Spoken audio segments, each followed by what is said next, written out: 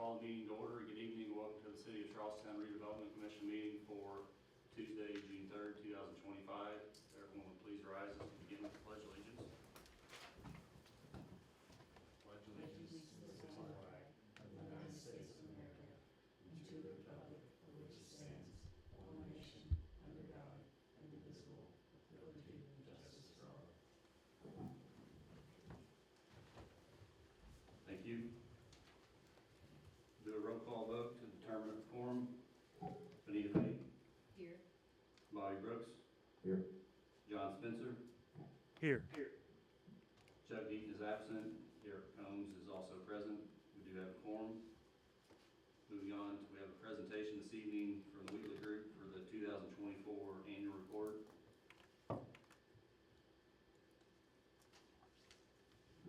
Thank you. So you all have been on the commission before, you've seen these presentations before.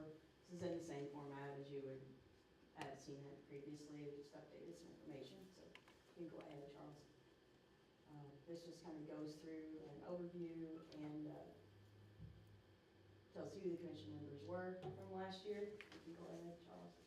The next few slides then talk about the economic development areas of all the different TIF districts that you have. You can just keep going through. The Central Charlestown TIF is your largest TIF and has the most parcels. You can go ahead, Charles.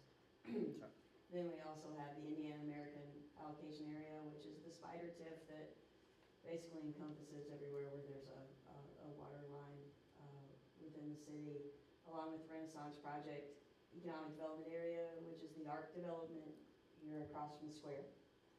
That's its own separate allocation area. And then recently, as some of you were on the commission as we did this, created the Depot Street TIF, which is where Forest Edge is, as well as de-TIF'd and re-TIF'd. We took the Shadow Lake Economic Development Area, those parcels that were in the Central Charlestown TIF, took those out of the Central Charlestown TIF and established the new Shadow Lake Economic Development Area, which is now the TIF district, that includes all the development that's currently going on there at Shadow Lake, along with the park.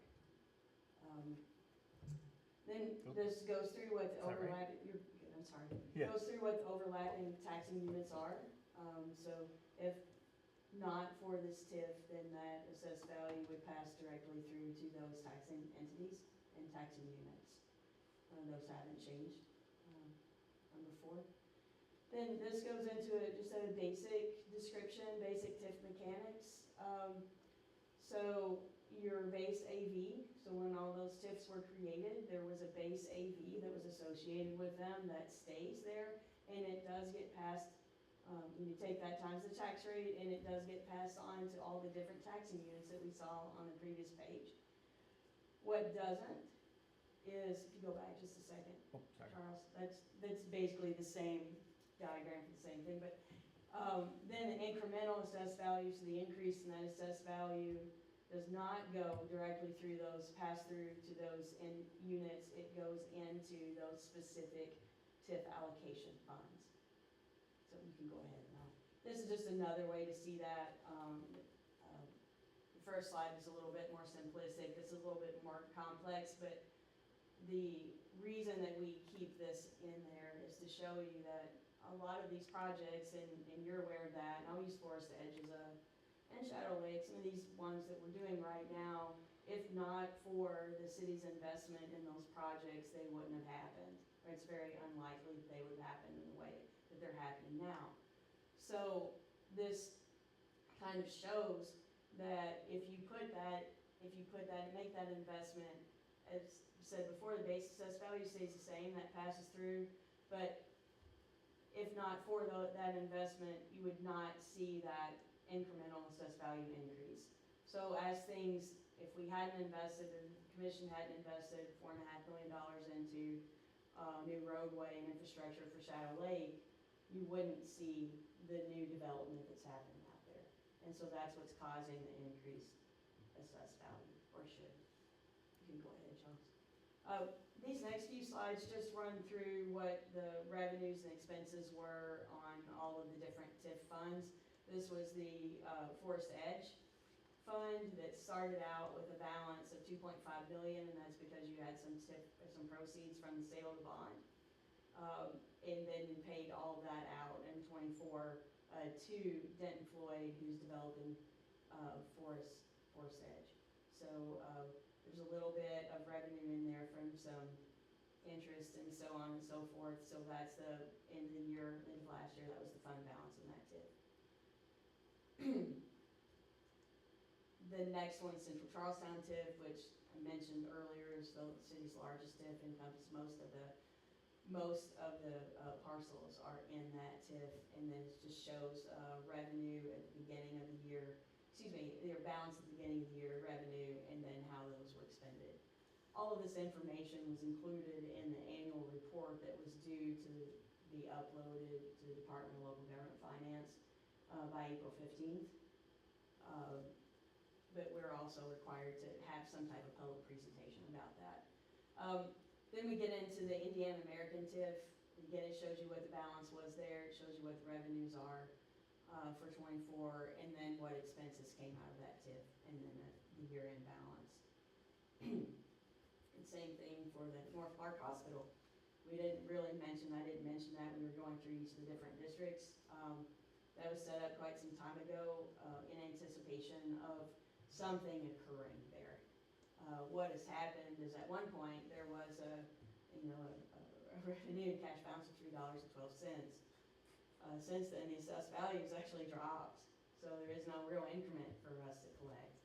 That's something that if the commission wants, when we do periodically, we'll review those districts, and if that's something that we can look at to whether we really need that or not.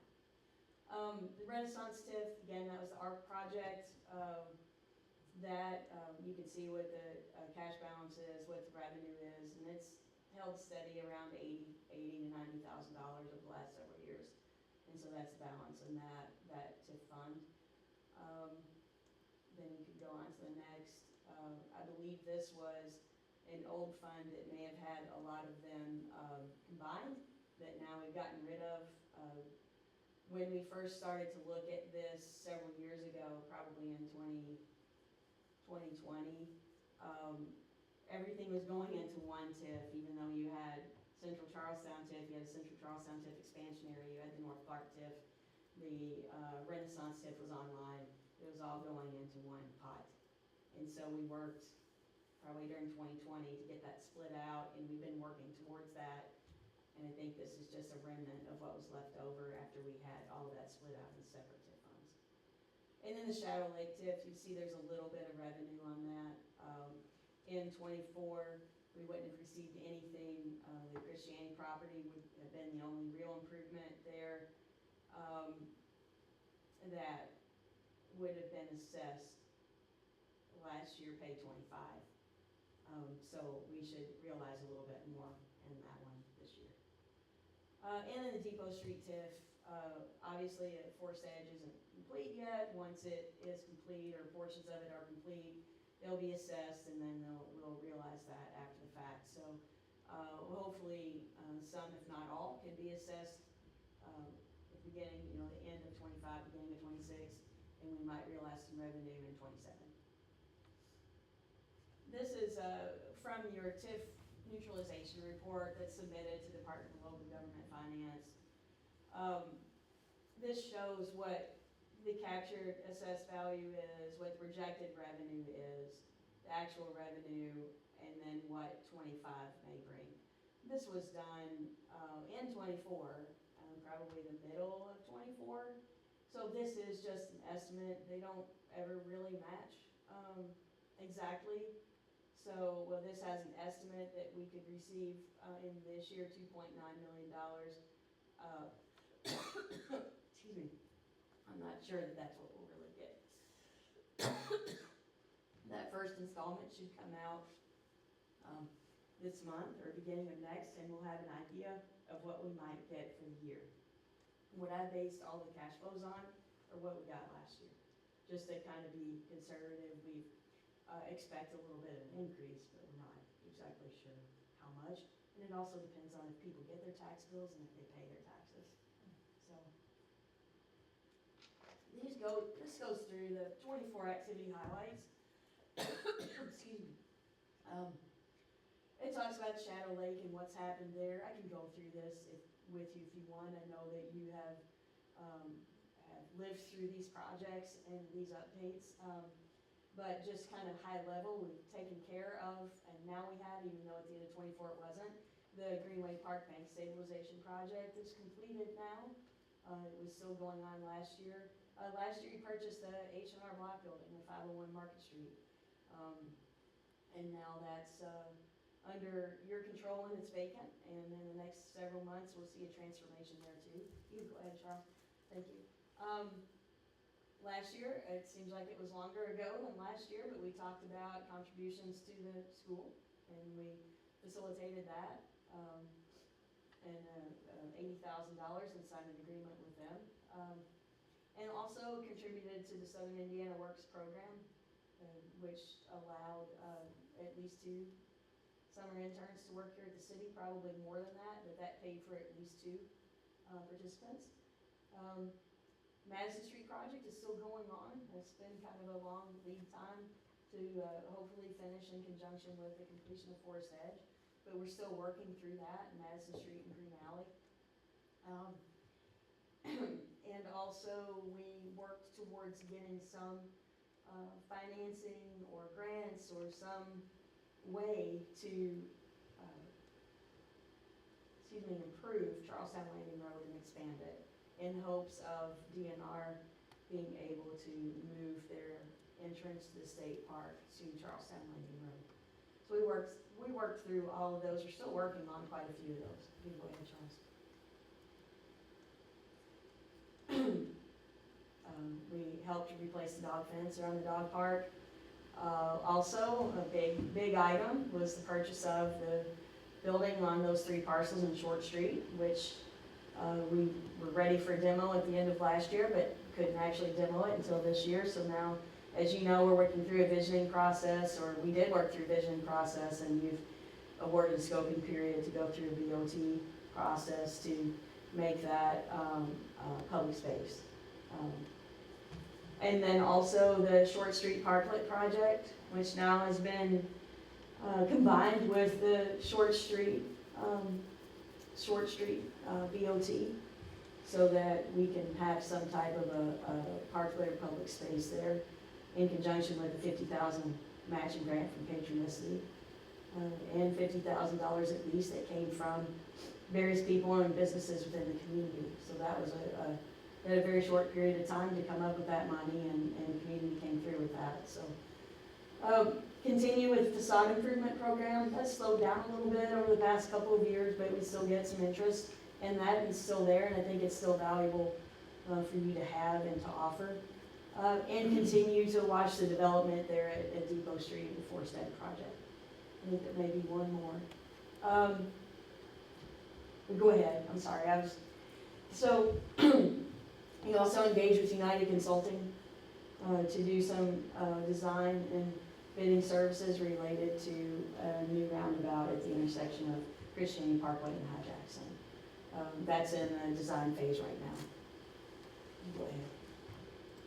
We get into some future activities. I've covered some of these already. And this is hard for me because we did this even, I thought it was last year, and I had to go back and look at dates. We actually did visioning sessions this year and started that process that I mentioned earlier about the DOT. Development at Shadow Lake continues with the completion of the railroad crossing and signal. I haven't driven down that way. Is that open now? Is the Christianity Parkway open yet? Not at 62. Okay. And then, as you can see, the walls go up on those U.S. Capitol buildings. They're going up right now, which is great. That's what we wanted. Go ahead, Charles. And then we've got, of course, the Depot Street revitalization, which is Forest Edge. We expect still to begin leasing later this year. So that's great. We'll continue the facade grant program and have in 25, like I said, we've had some inquiries, but I haven't seen any applications yet. There's at least 3 different people that have inquired about it, but just haven't submitted applications. And we'll continue to develop some transportation projects for Charlestown Landing Road and High Jackson. And that may be the end. That's it? That's it? Great, thank you. Do you all have any questions or comments or concerns about any of that? A lot of stuff last year. Thanks. Very good work. For the last several years, you as a commission have been very active in pursuing a number of projects. You've done a lot of good work, and it's not easy. There's some of those were heavier lifts than others, but thank you guys. Unless you have any questions, I don't have anything else to present. Thank you, Joe, for the report. Moving on to the approval for the minutes, you provided a copy of the minutes from the May 13th meeting. I'll ask for a motion on the minutes. I'll make a motion to approve the minutes. We have a motion by Benita, Second. second by Bobby. Is there any further discussion? Roll call vote to approve. Benita Payne, Bobby Brooks. Aye. John Spencer. Yes. Motion passes. Or I guess all those in favor, please say aye. Aye. Good way. Yeah, you don't have to do that since you did the roll call vote. Yeah, that takes care All of it. right. All right, motion passes. Moving on to the claims, you provided a copy of the claims for the previous month. I'll ask for a motion to approve the claims. I Make have that motion. one comment. Oh, sorry, John. That's okay, go There ahead. was one claim that I sent out in the redevelopment commission packet related to enviroforensics, who had missed the deadline by a day to get it in on the claims docket to pay for the hazardous materials tested. And so if we could add that to the claims docket as well, then that would be great. Deborah said that she could, we go ahead and write the check, we'll put it on the next month's docket just to have that. But it just missed, and I hate to have them wait, another month to get their money. It was $1,350. I make a motion that we approve the claims with the addition of the item that you just disclosed, Jill. The enviroforensics invoice. Yes. Thank you. We have a motion by John. Is there a second? I'll second that. A second by Benita. Roll call vote. Benita Payne, Yes. Bobby Brooks, Yes. John Spencer. Yes. Motion passes. Thank you. Do we have anyone signed up for public comment? Nope. Consultant report, Jill, Wheatley Group. Thank you. I want to take just a minute to introduce somebody that is now with Wheatley Group, Nate Smith. He's a project associate. Welcome, And Nate recently graduated from IU Southeast. Started with us this semester, the spring semester, and is staying with us now since he's graduated to help. So I think you'll be seeing maybe more of Nate and less of Evan. It's not that Evan doesn't love you, and Nate, you're from this area too, right? Maybe you didn't want me to say that, but. So, we're glad to have Nate with us, and we're glad to have him come and learn more about what we do, especially on the public side. So, Congratulations and welcome. so High Jackson and Christian Parkway, we talked about United Consulting. They're at a point right now where next month, unless something changes, someone from United will be coming to present where they are in the process. And then we'll be asking the commission if they have permission to move forward with phase 2. We're doing it in sections just to make sure we've engaged them for the entire project from beginning to end, but we're only allowing them to work in different phases. One of the big concerns that I think we'll have is it's one thing to design it, but it's another to pay for the construction of it. So that's something that I've been watching along with the mayor, and hopefully we can get an update from United as to where they are. As you know, General Assembly and some of the bills that they passed, and community crossings is affected with that, and I think that was gonna be the main funding source of this, and we're not sure how all that's gonna work out either. NDOT isn't either. They've suspended their July call, which normally would be January and July. They've suspended that for now until they can figure out how the changes that the legislature made to the program will affect the program and change their application. So we're proceeding, but we hope to have some more information between now and the next meeting as to whether it's advantageous for us to ask them to move forward on phase 2. But I'll get more information about that.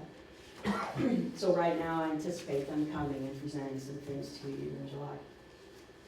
Charlestown Landing improvements, that was originally a request through Ready 2.0, which was not funded. It was not funded through the Lillian Enhancement Program either. Congressman Aaron Houchin's office had reached out to the mayor and offered, said if there are any projects that you would like to do, we would like to help with those. So we started down one track with one application, and then midstream they said no, it would be a better fit after talking with everyone to do this, so we switched. So there's been a request put forward through that process, or at least through the congressman's office, and then she'll take it from there to see if we can get some money to assist with the construction of that roadway, as well as the refurbishment of the Quonset huts and the public works facilities out there. So that's all combined into one.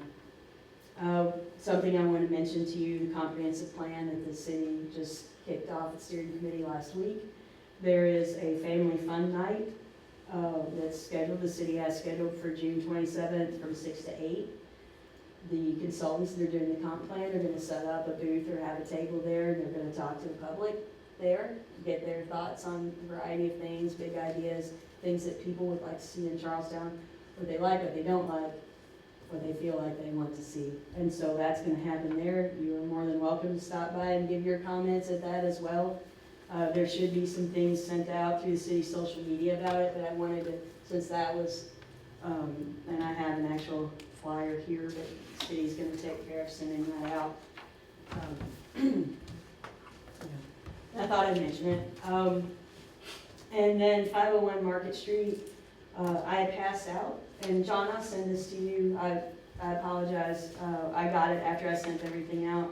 Kind of a schematic drawing of the new, what the proposed parking lot would look like down at the H&R Block. So they have fit in there 1, 2, 3, 4, 5, 6, 7, 8, 9 ADA accessible spaces there. And then there's where it says possible hardscape landscape. We talked about possibly having some kind of seating area or something if people wanted to sit there. I mean, it's a pretty spot. It's a good place to I mean, there's plenty to look at there. So we're still working through that, but this was a preliminary drawing that I asked the engineers to send to us, and you don't have to give me your thoughts tonight. You can give me your thoughts some other time, but I wanted to show this to you. The whole purpose was to make more handicap accessible spaces available, because that's actually a little bit closer than if they parked in the Greenway Park parking lot to get to the accessible playground. So, and it's my understanding that's what that parking lot was used outside of tax season, was for more accessible parking anyway for events. So give me your comments on that when and if you have them. Last thing is it's here on the table, the A&E open house. The refurbishments are done, and Redevelopment Commission helped with those. So there's going to be an open house to show these off or show that improvements off 3:30 to 5:30 on Sunday, June 22nd.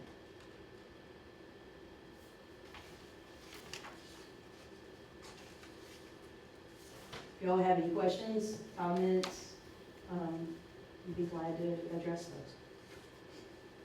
Or anything else that I didn't talk about if you have questions about that. We are working with someone that has an interest in the commercial development around Highway 62 and 3. That was just a recent development, So we'll keep you in the loop about that. Thank you, Jill. If there's no further questions for Jill, move on to old business. We're presented a consideration for an additional easement from Clark County REMC along High Jackson Road at Shadow Lake Park entrance. We approved an easement maybe 2 months ago for a section just around the corner past the cell tower, and they came back with an additional easement for that parcel of property. So Jill has that information to present. I do. The easement document's the same document that was, with the exception of description, the same type of document was presented before. Frost Brown Tide attorneys reviewed that easement. And then just this afternoon, I got an updated exhibit, which matched the appropriate easements that they wanted.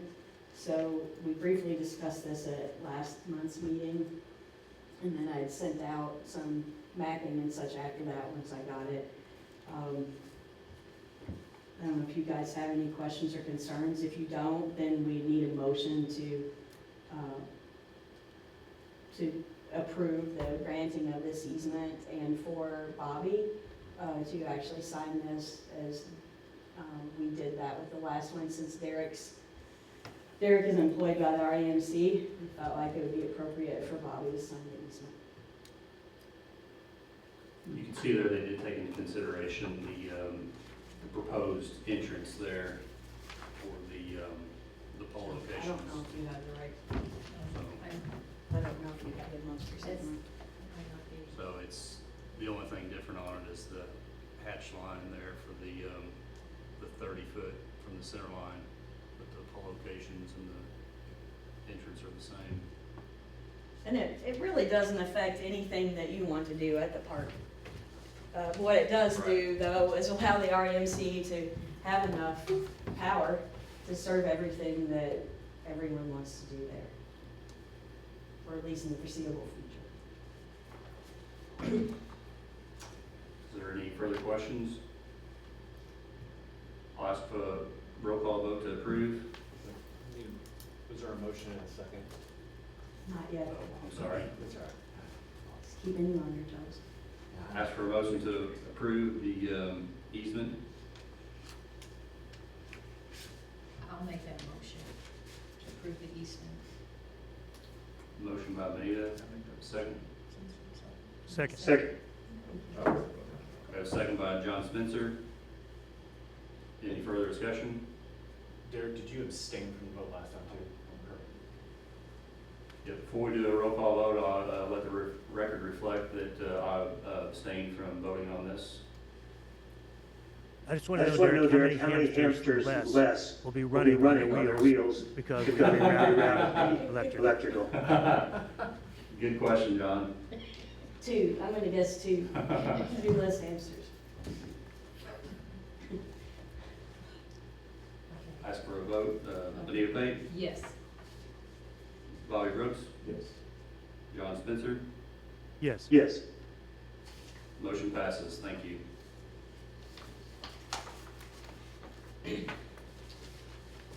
Moving on to our new business, we have a consideration for resolution 2025 R1 for pass-through assessed value for 2025 payable 2026. And this, according to statute, the city and the redevelopment commission need to notify, the redevelopment commission needs to notify the county auditor by June 15th if you plan to pass through any excess assessed value that you have. So what that means is if you had excess TIF revenue that we weren't using or isn't committed to certain bonds that you hold now and are making payments on, then you could elect to pass that through to those taxing units that were on the list that would normally get that money. At present, because of your debt obligations and projects that you have ongoing and just general obligations, you really don't have any excess assessed value to pass through. So we're required to make that determination and notify the auditor on or before June 15th. So this is something that we've done in the past. You do every year about this time of year. And this resolution states that you will not be passing any assessed value in the allocation areas from 2025 taxes payable 2026 to those entities. I make a motion that we pass the resolution stating we will not pass through any excess TIF money to these entities. So I make So I that make motion. that motion. Thank you, John. We have a motion by John, or is there a second? I second. Second by Bobby. Any further discussion? There is There is discussion. discussion. I just want to say, say, and I think I say this every year, but I do want to make it clear that we on on the redevelopment commission, well, I speak for myself, but I think that we all agree that we we understand understand how how this this affects affects other other taxing entities, and we we appreciate appreciate that, that, especially in in this this current current financial environment.